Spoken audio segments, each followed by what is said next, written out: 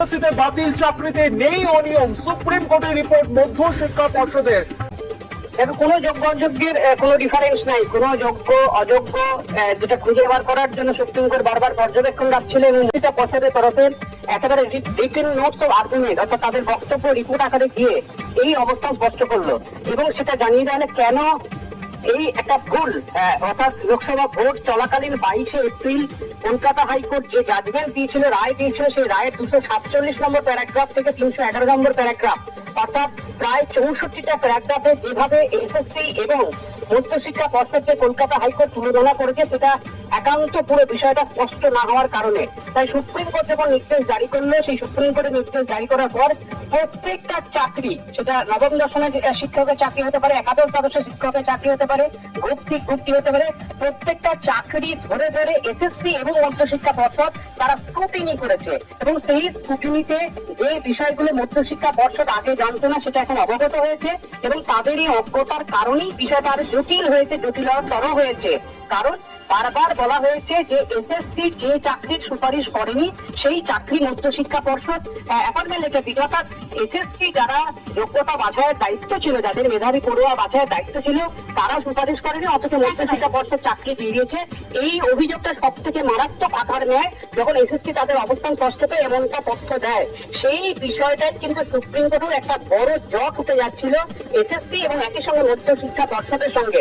সেখানেই মধ্যশিক্ষা পর্ষদ যুক্তি দিয়ে জানিয়েছে কেন এই তথ্যগত ফারাক ছিল যেটা কলকাতা হাইকোর্টের মধ্যে, সেই ফারাকটা হচ্ছে এই কারণে যখন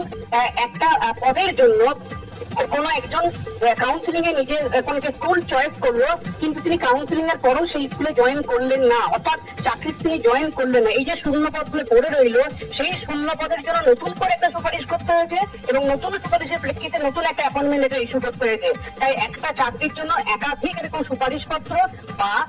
এক্ষেত্রে অ্যাপয়েন্টমেন্ট লেটার বা নিয়োগপত্র প্রদান করতে হয়েছে। তাই সংখ্যার এই তারতম্য বা পার্থক্য দেখা গেছে, এটা আদতে কোনো অনিয়ম নয়। বলা হচ্ছে অনেক সময় রং এসএসসি তরফে রং রেকমেন্ডেশন ছিল, ভুল রেকমেন্ডেশন ছিল। সেটা কিরকম দেখা যাচ্ছে, কোন একটা স্কুলের জন্য অর্থাৎ বিদ্যালয়ের জন্য চাকরির ক্ষেত্রে চাকরি ক্যাটাগরি কোন একটাতে নাম সুপারিশ করা হয়েছে শিক্ষকতার চাকরি, সেখানে দেখা যাচ্ছে সেই পদটা আদতে নেই, তার আগে সেটা ফিল আপ হয়ে গেছে কিছুদিন আগে। সেক্ষেত্রে সেই এসএসসি রেকমেন্ডেশনটা নিয়ে যখন কাউন্সিলিং এর পর চাকরিতে জয়েন করতে যাচ্ছেন কোন নিয়োগ প্রার্থী, তিনি দেখছেন সেই স্কুলে কোনো পদ নেই, অর্থাৎ সেই সাবজেক্টে কোনো পদ নেই। সেই পদটা যদি রং হয়ে গিয়ে থাকে সেক্ষেত্রে নতুন করে আবার সুপারিশ পত্র দিতে হয়েছে এসএসসিকে এবং এই শূন্যপত্র বিভিন্ন জায়গায় দেখার পর এবং সেক্ষেত্রে নতুন একটা অ্যাপয়েন্টমেন্ট ইস্যু করতে হয়েছে। তাই